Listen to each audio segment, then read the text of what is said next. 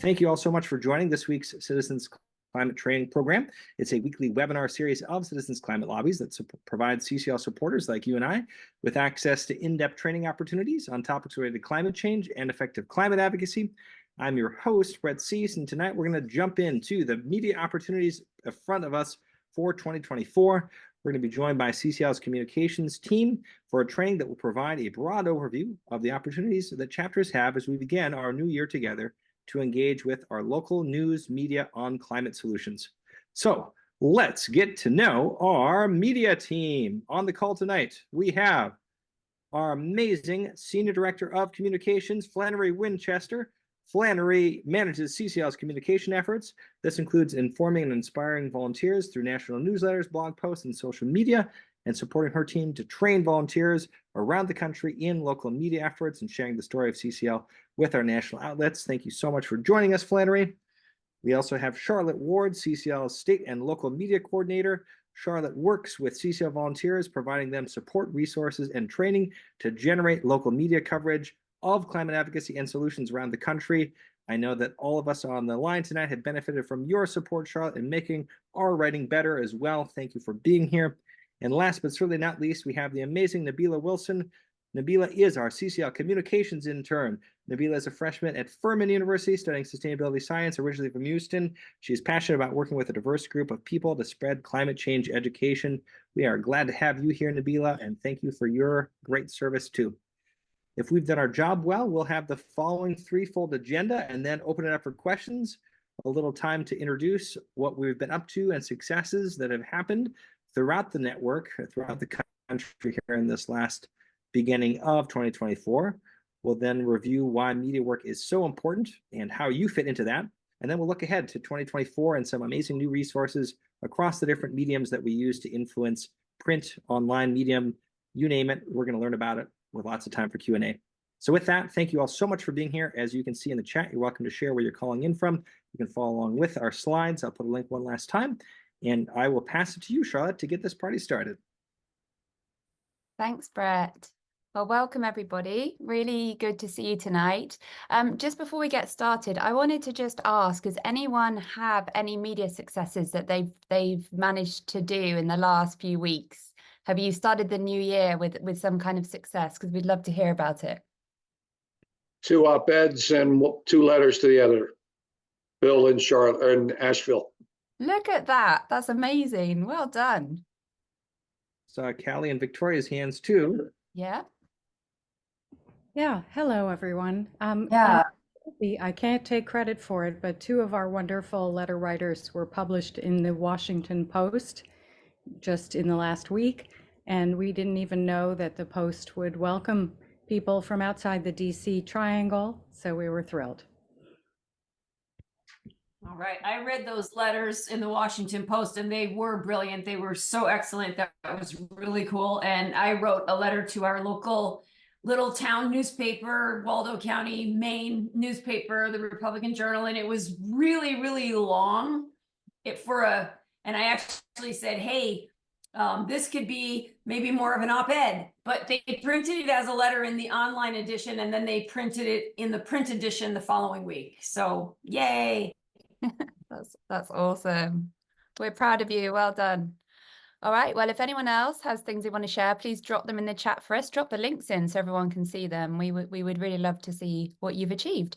So tonight, just before we dive into all the exciting things we have for you this year, we wanted to just do a little refresher because we realized we might have some new folks here who are just getting familiar with the media lever. So tonight we wanted to start by talking to you about why media work is so important. So just very quickly, we know that when we get published in newspapers, when we manage to get on TV, when we do radio interviews, that it reaches a wide audience. And it also gives authority because we've actually managed to persuade the newspaper or the journalist that our solutions that we're advocating for are important and our work is important, and then they have taken the decision to share that with a wider audience. So our members of Congress do notice that. It can also be executed quickly. So for example, when the Inflation Reduction Act was signed into law, we had an op-ed template ready to go. We pushed it out. Within 48 hours, it had been published in 3 different states. So that is the power of how quickly you can do media work, and also amazing volunteers who are just like at it like that and on it. So it really can make a difference whenever we have something big, whenever there's something going on, we can get that messaging out there really, really quickly, which is such a benefit. And we know that congressional officers pay attention to it. So every day, those staffers and those congressional officers, they're looking through the newspapers, they're checking online to see mentions of those members of Congress. So when we put their names in our media, when we say it out loud in television interviews, when we say their names, then that gets picked up on. So it is making a difference, and we are speaking to that voice, to that audience of one that we really want to communicate to, that member of Congress. We want to get that message to them as constituents. So it is a really great thing to do, media outreach of any kind. And just to reiterate, we can have successes everywhere, but never underestimate the successes in your local publications and your local media, because you are speaking as a constituent to the people who represent you. And that is just like so important. So just to give you a quick review of the types of media we seek at CCL, we have letters to the editor. These are short, we can write them very quickly, maybe 150 to 250 words. And most papers have an opinion page. I know some papers have been reducing their content, but luckily a lot of papers still do print this content. So that is a really easy action to do. You could do it in maybe 20, 30 minutes, write an LTE and submit it to your newspaper. Then op-eds, opinion columns, they're a little bit longer. They are a little bit more labor intensive, about 650 words. But the great news is that we provide templates at CCL. So we often will put together a template. It will be authored by our executive director, Mark Reynolds. A volunteer in your chapter can put their name on it for a double byline. And you can localize it. You can put in information about where you live in terms of what climate effects you've seen. You can mention your members of Congress by name in it, and you can submit it to a paper. So we're always trying to think of ways that we can break down those barriers to you achieving these things. So having a template there for you that doesn't take too long to work on, we hope that is helpful for you.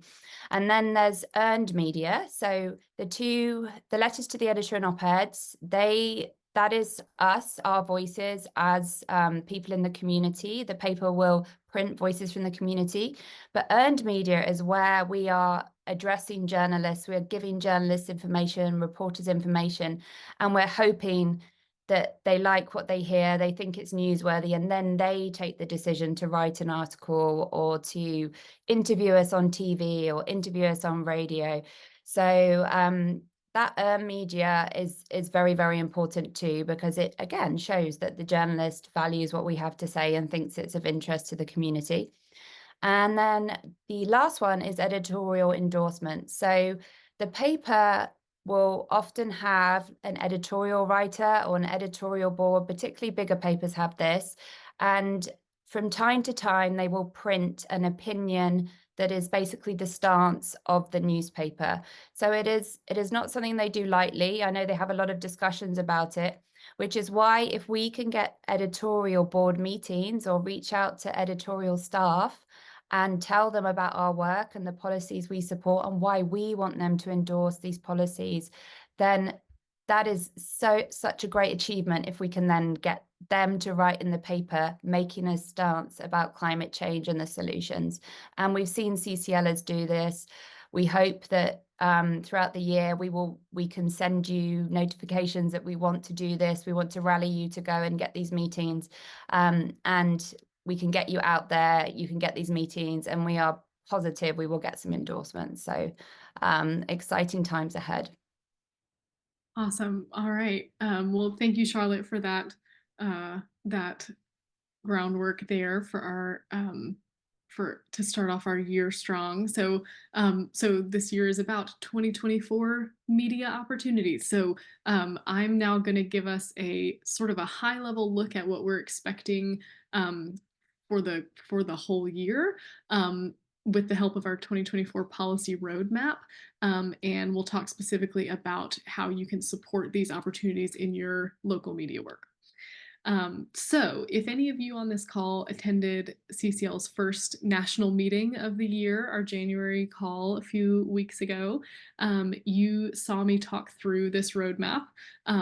So this resource is it's a high-level overview of specifically the policy opportunities that CCL sees for the year ahead. So this is based on our chosen policy areas that we're working in, as well as our government affairs team's insights about the political landscape. So our staffers who are in Washington, D.C., we sort of put our heads together about what's possible this year, what's coming down the pike, and we've created this resource. So tonight we're going to talk specifically about how you can support these opportunities that you see on the policy roadmap with your local media work. So as you can see, let me first say also that the roadmap itself is on CCL Community. So if you want to dig in and you want to really zoom in on a bigger version of it and you want to look at it really closely and you want more information about each of these little sort of stops along the way, there is a page on CCL Community that has all the roadmap information. So you're welcome to reference that at any point. As you can see from the signposts here at the beginning of the map, our policy work this year is going to happen in a few, what we're thinking of as lanes on the road, if you will. So carbon pricing, clean energy permitting reform, healthy forests, building electrification and efficiency, and election season. So that's our 4 main policy areas, as well as election season, which is obviously a major feature of the political landscape this year. So some of these areas are things that the media is naturally going to pay a lot of attention to, like the election. They're falling all over themselves to cover the election. Potentially also the healthy forests area, as Congress works on the farm bill. That might be something that the media just sort of is inclined to pay attention to on their own. Other areas will be more up to us to drum up media attention at strategic times and in creative ways. So let's take a look at a few specific opportunities available right now, and then we'll kind of look ahead for later in the year what we see coming down the pike. So first up, the first road sign in the year says push for permitting reform, or actually it says push for permitting package. So it's a package of clean energy permitting reform policies. That's what we're hoping to see. So we're starting 2024 here from a policy perspective because we engaged really heavily on clean energy permitting reform last year with emails, calls, lobby meetings right up through the end of last year. So we were lobbying on the Big Wires Act in our November lobby meetings, and then we've continued that push into the first few weeks of this year. So our January climate action program action was to email members of Congress and ask them to keep working together to develop a package of clean energy permitting reform legislation. And I believe we just hit our goal for that just yesterday. We're at 10,500 something messages to Congress about this. So this is an active thing that we're pushing. And so right now, this is a topic that you can most easily support in letters to the editor. So I'll give a shout out to Carolyn, who I believe is on the call tonight, if I am not mistaken. So from our Morristown chapter in New Jersey, Brett, if you'll go to our next slide, I've got a little excerpt from Carolyn's letter. She very masterfully in this letter that was printed in the Washington Post wove in a mention of permitting reform in her letter. So this excerpt says, let's pass comprehensive permitting reform to streamline clean energy transmission. Without it, the U.S. electrical grid is unable to move large amounts of energy from one part of the country to another, and new energy projects can take 10 years to connect the existing grid. So it's not the entire point of her letter, but it's included in there in a way that builds additional awareness of the problem, awareness of the opportunity to act on that. So that's a really great example of how you can be building more awareness, building more support. And Brett, if you'll go to the next slide, Amy Livingston, who I don't know if she's on the call tonight, but also had a letter in the Washington Post, also from one of our New Jersey chapters. New Jersey is rockin' and rollin', but she also mentioned permitting in her letter. So again, it's not the entire point, but she has here this phrase: "We urgently need permitting reform to get that new clean energy into the grid faster." So that's a great example of how both of those are great examples of how you can be keeping the drumbeat going on permitting reform while we continue to press Congress to advance more policies. So letters to the editor are a media channel that you can use to support permitting reform, but also many of these other areas on the map. So you'll see a sign that says building support for carbon fee and dividend. You see farm bill negotiations. Down at the bottom, we've got educate about electrification. So all of that, you can use the tool of letters to the editor to support action in those areas. So we have a resource called LTE Topics that Charlotte keeps updated regularly. And she's always on the lookout for relevant national headlines, new stats, and all of that that can help you write really great persuasive letters on these topics. And we also have a monthly LTE writing workshop to support you as well. So Charlotte will talk about all those resources in a bit, but that's kind of how we see letters kind of mapping to these stops along the way, is that they're a tool you can deploy as needed to continue to build support. So the second road sign here on the map says advance the CBAM conversation. So CBAM stands for Carbon Border Adjustment Mechanism. And it's essentially a type of carbon pricing that uses trade policy to drive down global emissions. So the CBAM conversation took a lot of steps forward in 2023 already. So we saw 2 Senate Republicans put out a bill called the Foreign Pollution Fee Act. And then Democrats in the House and Senate reintroduced a bill called the Clean Competition Act. Europe is last year just entered the reporting phase of its own CBAM policy. So Europe is actually moving ahead with this. And then also back in our Congress, the Prove It Act was introduced last summer. That's not a CBAM itself, but it would require the US to start to measure the carbon intensity of certain goods compared to other countries. And that actually just passed out of its Senate committee, and a House version is hopefully coming very soon. So with all that context, local media is a huge way that you can help advance the conversation around this type of policy idea. So we've just created a new op-ed template that really gets right at the heart of this idea that that polluters should pay. So countries that are producing things with more carbon pollution than we are, like, we should have a policy that accounts for that in order to encourage them to produce things in a cleaner way. So that template is available now. And again, Charlotte will talk you through that resource in more detail in a few minutes. And then another big feature of our roadmap is our national, regional, and state events. So our conferences and lobby days. So those are in blue. You can see that we've got opportunities already fast approaching. So our first big national event of the year is our Conservative Climate Leadership Conference and Lobby Day. That's happening on March 19th and 20th. And it's in Washington, D.C. So a national conference like this is a very compelling media hook. You can imagine a headline that says, local mom travels to Washington, D.C. to meet with lawmakers about how climate change is hurting Florida or whatever. So the same holds true for our summer conference and lobby day, and really the same principle applies for our regional events. You might even be more likely to attract media attention for a regional event that's, bringing together hundreds of people to talk about the specific climate concerns of your area.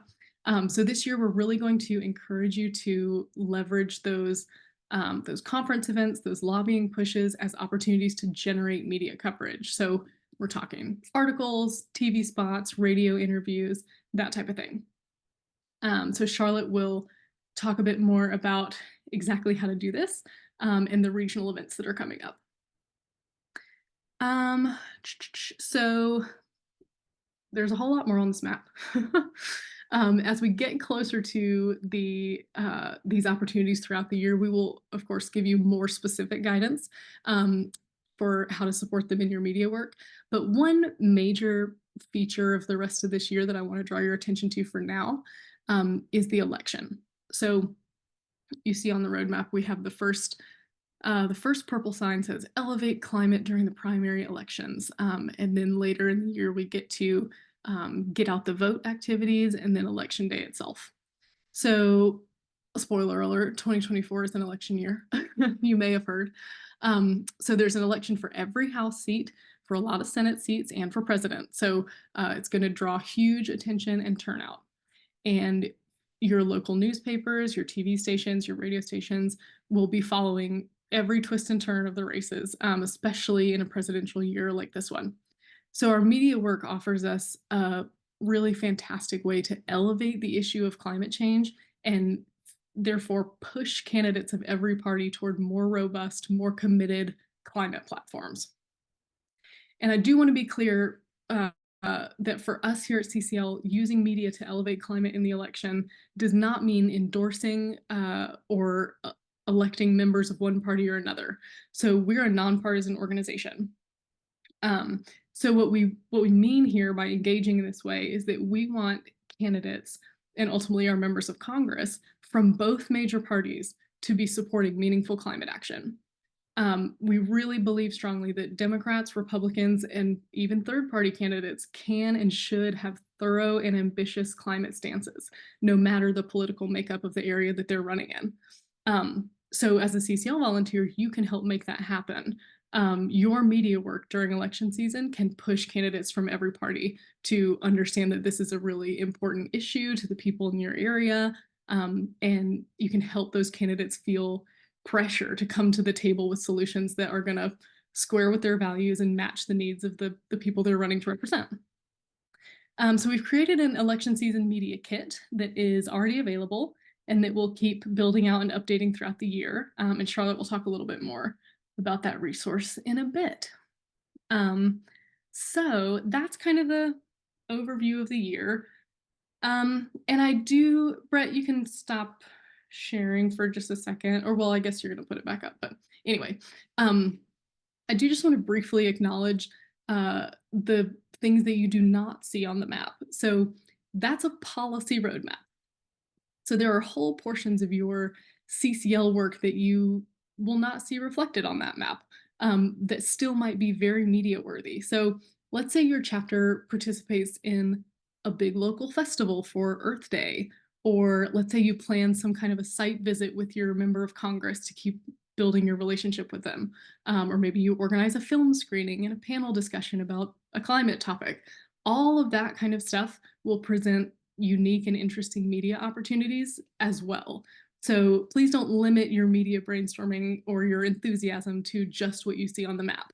But that's just sort of giving you context for the overall kind of path of the organization's policy efforts this year. But there's a lot more that might be appropriate for your chapter based on what's going on locally as well. So that's the overview. I'll hand it back over to Charlotte now to talk through our specific resources.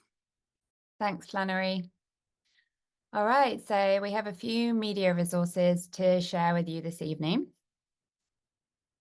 And the first thing I wanted to talk about was that new op-ed template that Flannery previously mentioned. So this is a new template that's ready to go. You can submit it to your local newspaper. The title is Polluters Should Pay, and we invite any of you to adapt it and co-author it with Mark Reynolds. So what we wanted to do with this piece was to talk about the personal price that we're all paying as climate change worsens in terms of what is happening to our cities, our states, to people in the places we love. And despite these escalating and obvious climate consequences, big polluters are still able to shirk responsibility. And so you'll find sections within this template where the author can fill in details of what's happened where they live. So, for example, in South Carolina, I would talk about in the summer how we got the drifting air pollution from the Canadian wildfires, and my kids couldn't play outside for a few days. So you will know what's happened near you, what consequences of climate change you've had, whether it's pollution, wildfire evacuations, drought, flooding. Sadly, I think most of us have experienced some kind of climate extreme last year. The op-ed goes on to talk about how it's time for polluters to pay for the damage they are causing, and how we can use trade in the form of a carbon border adjustment mechanism to hold polluters accountable. We know this solution is growing in popularity. We've seen it in the EU and the UK, and we know that it will work very well for us because actually 75% of US imports are from countries that produce more carbon pollution than the products that we make here at home. So we talk about the bills that are already out there in this op-ed, the Foreign Polluter Act and the Clean Competition Act, and then we outline our wishes for legislators to come together to introduce bipartisan policy that is going to appeal to both sides of the aisle. So we'll put the link in the chat to our template page on community, and please feel free to download that op-ed and adapt it as you see fit. We do ask that you follow the instructions that you'll find at the top of the op-ed template page. It just will run you through things like how to submit, who to check in with in other chapters, just to make sure there aren't overlaps. The other thing I wanted to mention, I know some of you on this call do attend this workshop regularly, but we have a national LTE workshop that we host on the second Wednesday of each month, and that's at 5 p.m. Pacific and 8 p.m. East Coast. And this is an opportunity for anyone to spend some focused time writing a letter to the editor or an op-ed. So the workshop features a quick training. We brainstorm as a group about letter ideas, and then we spend 20 minutes focused time writing, which really enables you to write most of an LTE, some of an LTE, but no matter what, you will have got started, which really helps, and you will have got into your flow. So after 20 minutes, we come back and we invite people to share. We never force people. Anyone who wants to can. Anyone who wants to stay quiet can stay quiet too. But it is really nice to listen to the letters that other people have written and to get inspiration from them. And that session this month is going to be on February the 14th. So if you don't have a date, if you're staying in and being boring like me, then please come hang out and write letters. So also coming up, excitingly, we have our regional conferences. So we have a few already lined up for the spring. You can see there on the screen. I've put the dates of some of the earlier ones in the year. So if your region is one of these regions that's holding a conference, then now is the time to start thinking about your media plan. Regional conferences are a great opportunity to generate local media coverage, and we can just do so much. So what we've done is we've put together a media kit for you for regional conferences. We'll share that in the chat. But that's really going to be your guide to how you will start to plan it. And if we go to the next slide, I can just talk you through some of the things that are in there. So when you're crafting your conference media plan, there are several options that you can have. You can do all of these things. You can send out a press release. You can build connections with local reporters and invite them. You can host a press conference. We've seen that happen. Knoxville in Tennessee in 2020 had an amazing press conference, which generated them so much media. They got TV coverage. So in this kit, we have all those things outlined for you, like the step-by-step and the details of how you can do all these things. Other suggestions, you could film short bursts of footage to share with television media after the conference. So you could still get that publicity for Citizens Climate Lobby and your work even after the events happened.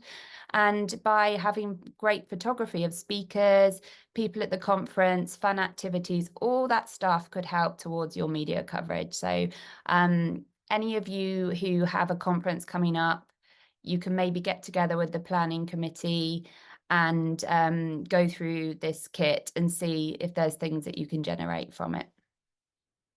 And then we have this election season media kit. So we had this last year, but Flannery has given it a lovely refresh for 2024.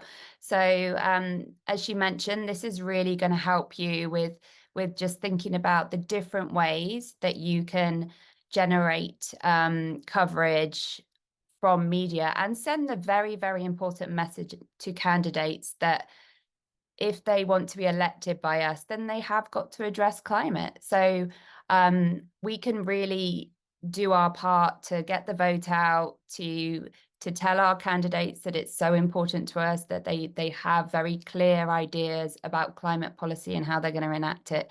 So I really do recommend reading through that. You'll see how we can be involved, but still keep to all our CCL values of respect and non-partisanship. And there are lots of examples in this kit of how you could write things and things you could do. So hopefully that will be very useful to you. Also welcome to just type the name of the training if you go to the action tracker under chapter development and training, and then from there search for whatever ones you're getting credit for. That always helps for demonstrating our grassroots organizing prowess throughout the country. And then lastly, we appreciate any other ongoing follow-up feedback. So you're welcome to post in the forums. You're welcome to contact Flannery and Charlotte at the emails provided here. You're welcome to jump into the writing circle, especially. I think that probably Charlotte and Flannery would say that's the most active and easiest place to jump right in and have kind of that interactivity across in between these monthly updates. So Flannery and Charlotte have posted their contact in the chat as well. And with that, I will just unmute all lines because as Flannery and Charlotte have already said, we simply couldn't do this work without you. You are the reason why CCL has had the success and will continue to shift the dial. I love seeing that in the chat on climate. So thank each of you for making that magic happen. And we hope you have a safe and wonderful rest of your evening. Thank you for listening to this episode of Citizens Climate Lobby's training program. You can tune into more episodes anywhere podcasts are available. Inspired by what you heard today? Join Citizens Climate Lobby to advocate for bipartisan climate solutions. Go to community.citizensclimate.org to find more trainings, resources, your local chapter, national action teams, discussion forums, and more. Be sure to like our Facebook page and follow us on Twitter and Instagram @CitizensClimate. We also invite all of our listeners to subscribe to our YouTube channel for more inspiration. Like what you hear? Recommend us to your friends and make sure to give us a 5-star rating. It helps us show up on other listeners' feeds. Feel free to pass on any suggestions for future episodes in the comments as well. And together, we are creating the political will for a livable world.